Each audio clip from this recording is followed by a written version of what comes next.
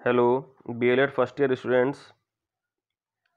हम लोग NIOS topic पढ़ रहे थे और इसे समझने के लिए पहले हमने एजेंसीज ऑफ एजुकेशन के जो पार्ट्स हैं लास्ट क्लास में हम उसे पढ़ चुके थे। इसे 3 भाग में डिवाइड किया गया है। जैसे सबसे पहले है फॉर्मल एजुकेशन, औपचारिक शिक्षा, अनौपचारिक शिक्षा, इनफॉर्मल एजुकेशन, और तीसरा है निरौपचारिक शिक्षा या नॉन फॉर्मल एजुकेशन। तो अब हम यहाँ पे अपने टॉपिक के अकॉर्डिंग इन 3 में से एक टाइप की एजुकेशन को उठाते हैं जिसका नाम है निरौपचारिक शिक्षा या नॉन फॉर्मल एजुकेशन। तो छात्रों, जैसा कि हम लोग पढ़ चुके थे कि निरौपचारिक शिक्षा वो शिक्षा पद्धति है जो लोग औपचारिक शिक्षा अपने समय से उसे प्राप्त करने के लिए वंचित रह जाते हैं, उन लोगों के लिए वैकल्पिक शिक्षा के रूप में जिस प्रकार की शिक्षा का प्रबंध किया जाता है उसे निरौपचारिक या नॉन फॉर्मल एजुकेशन कहा जाता है। ये जो नॉन फॉर्मल एजुकेशन है इसके कई प्रकार होते हैं। कई तरीके से ये नॉन फॉर्मल एजुकेशन प्रोवाइड कराई जाती है और डिपेंड करता है परिस्थितियों पर कि किस परिस्थिति के आधार पर नॉन फॉर्मल एजुकेशन प्रोवाइड कराई जा रही है। क्योंकि जैसा कि हम बता चुके हैं पिछले क्लास में कि सभी की अपनी पर्सनल, अपनी व्यक्तिगत, सभी की अलग अलग कंडीशंस होती हैं जिसकी वजह से वो औपचारिक शिक्षा प्राप्त करने से वंचित रह जाते हैं और उन कंडीशन के आधार पर उन्हें नॉन फॉर्मल एजुकेशन के आधार पर जो भी सुविधाजनक स्थितियां हैं उन्हें एजुकेशन प्रोवाइड कराई जाती है। तो इसके लिए हम कुछ उदाहरण स्वरूप समझ सकते हैं कि किस किस प्रकार से नॉन फॉर्मल एजुकेशन लोगों को प्रदान की जा सकती है। जैसे यहाँ पर दिया हुआ है एक उदाहरण के तौर पर दूर शिक्षा, डिस्टेंस एजुकेशन। डिस्टेंस एजुकेशन जो है वो उसके अंतर्गत जो शिक्षार्थी है, जो स्टूडेंट है, उसे स्कूल जाकर के, विद्यालय जाकर के और सामान्य छात्रों की भांति वहाँ पर उसे बैठ करके प्रॉपर टाइम के अकॉर्डिंग बैठ करके उसे वहाँ पर पढ़ना नहीं होता है, बल्कि उसे पाठ्य सामग्री अपने घर पर या जहाँ पर भी वो रहता है उसे वहाँ पर उपलब्ध करा दी जाती है और वो उसका अध्ययन अपने घर पर ही करता है और समय आने पर उसका एग्ज़ाम दे करके उस परीक्षा को उत्तीर्ण करके वो मार्कशीट और सर्टिफिकेट हासिल करता है, प्राप्त करता है पास होने के बाद।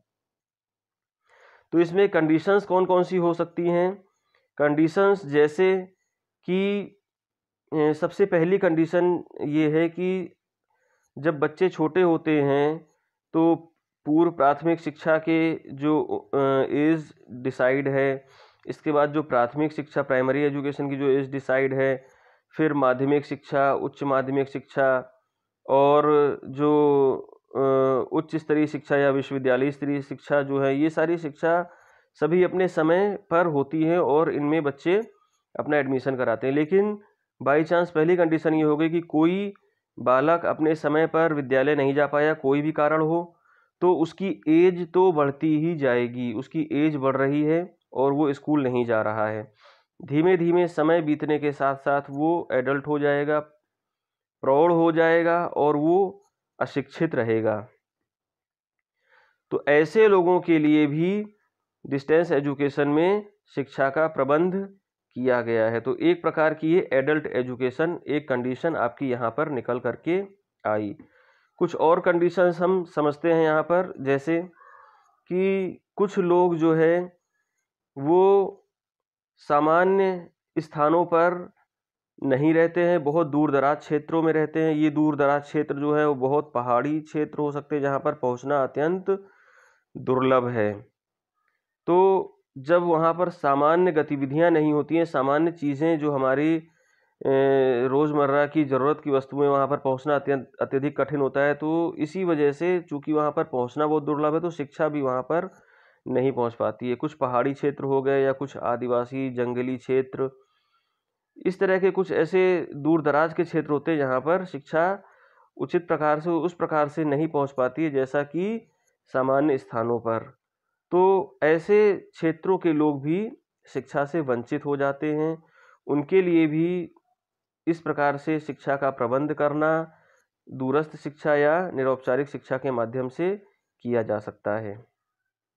एक कंडीशन यहाँ पर और बनती है, जैसा कि हम सभी लोग जानते हैं कि कुछ लोग उनकी रुचि जो है वो सेना में या फोर्स की नौकरी में जाने के लिए बचपन से होता है।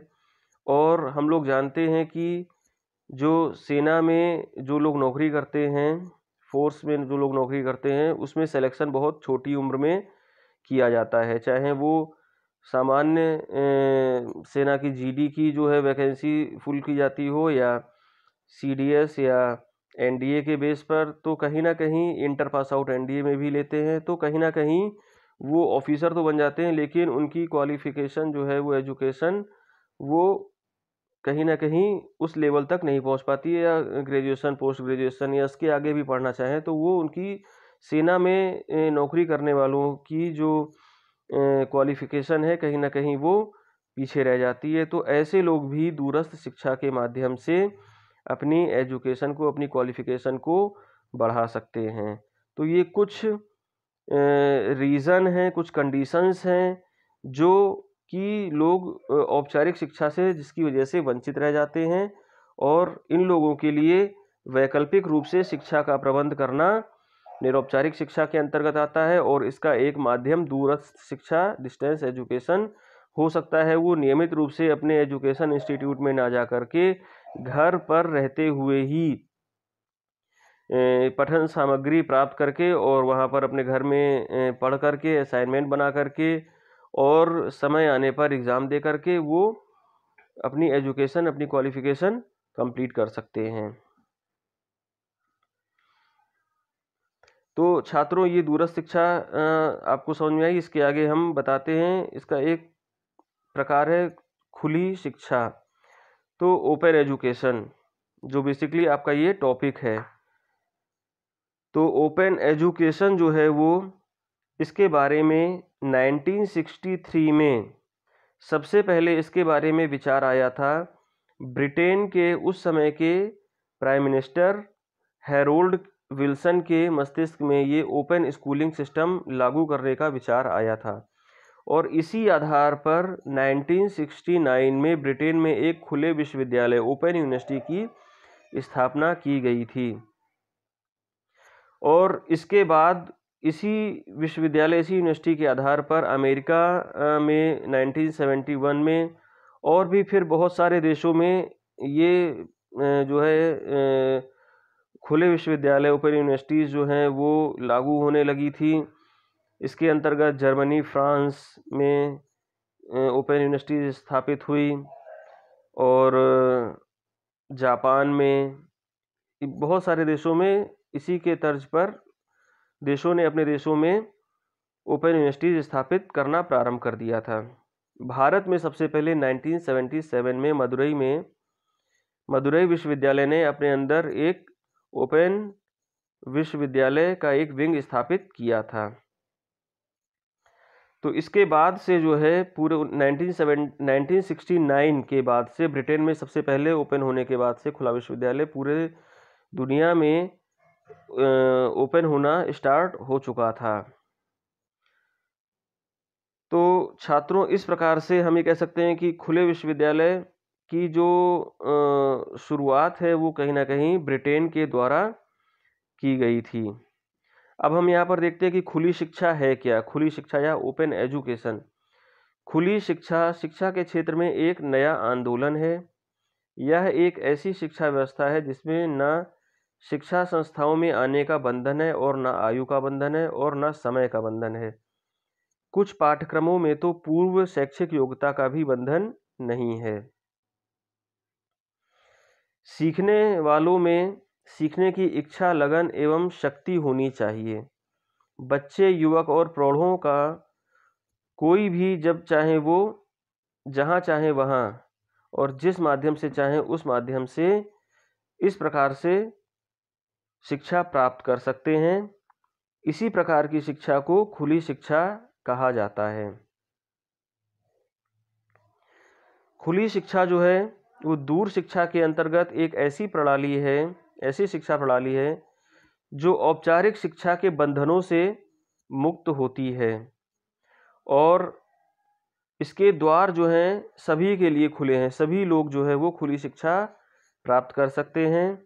इसमें बहुत सारे माध्यमों का उपयोग किया जाता है। वो कौन कौन से माध्यम हो सकते हैं? मुद्रित सामग्री मतलब रिटेन मैटर, डाक विभाग द्वारा जो है वो पाठ्य सामग्री प्राप्त करना, radio, tape recorder, television, video, computer और संपर्क कार्यक्रम, इस प्रकार के बहुत सारे माध्यमों का प्रयोग खुली शिक्षा के रूप में किया जाता है। और भी बहुत सारे इलेक्ट्रॉनिक उपकरण हैं, इलेक्ट्रॉनिक माध्यम हैं आज के समय में, उनका प्रयोग इस खुली शिक्षा के लिए किया जाता है। तो छात्रों, इस टॉपिक को अभी यहीं पर रोकते हैं और हम इसी के आगे इसी टॉपिक में मिलेंगे अगली क्लास में। धन्यवाद।